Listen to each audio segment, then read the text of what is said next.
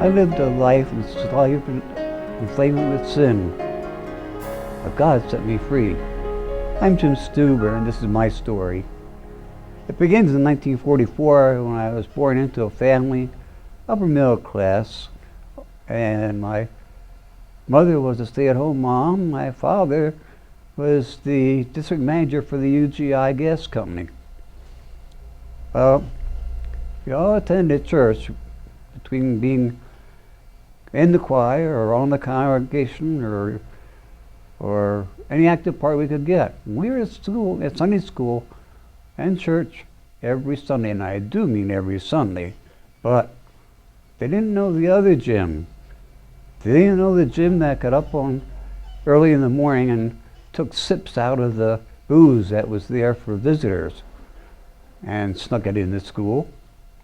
They didn't know about the Jim that worked at the candy wholesaler and tobacco wholesaler and snuck cigarettes out by the carton and sold them at school. They didn't know the Jim that got in there almost every chore he could, but God knew, and He found me. And I didn't know him, but he was knocking there all the time. At first I wouldn't accept it, I didn't want to. Then my wife and I got our grandchildren to raise. They had been abandoned.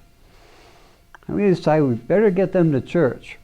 So we started church, at a Baptist church, and it went very nicely.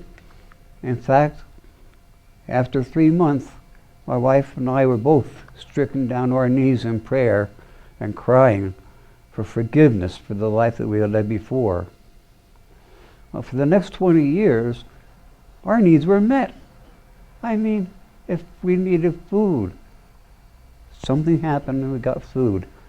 If we had a bill to pay, something happened, we were able to pay the bill.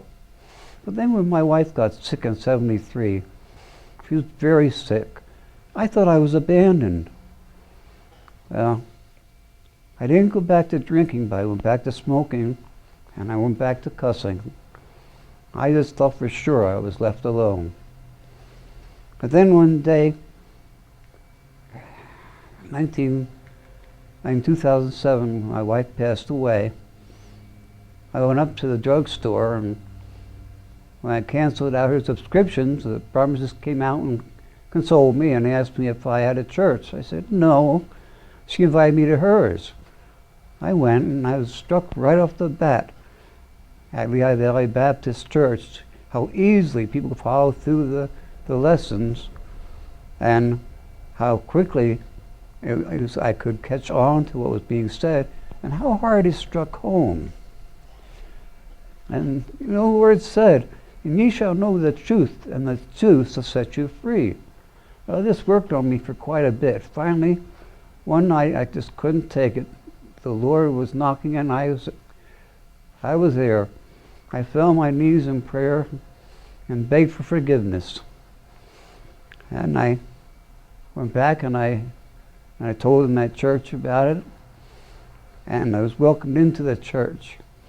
And from that time on, I've never been alone, and I never will be.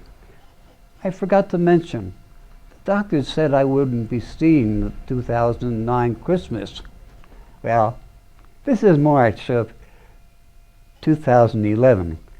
I think he still has something going for me to do here, and I'll be right here for him. You can be too.